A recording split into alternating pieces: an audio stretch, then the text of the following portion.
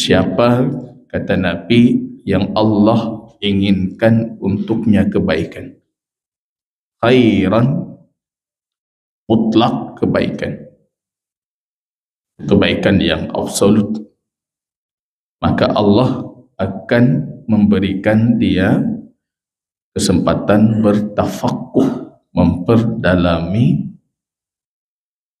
agamanya.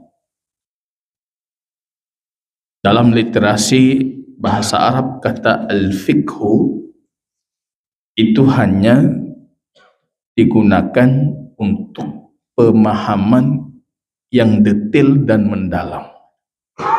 Yufaqihu fiddin, bertafakuh dalam agama, itu maksudnya bukan memahami agama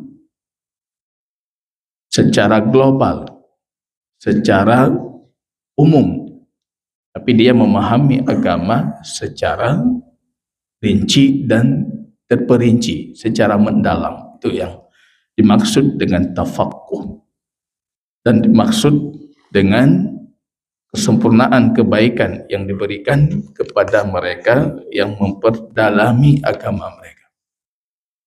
Kalau sekedar kita tahu hukum salat, kewajiban puasa, dan hukum-hukum asas dalam syariah, itu belum dinamakan tafakuh.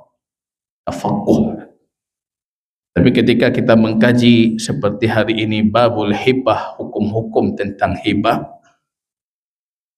atau seputar hukum-hukum hibah, yang saat ini banyak kaum muslimin tidak memahami hukum ini, itu yang dimaksud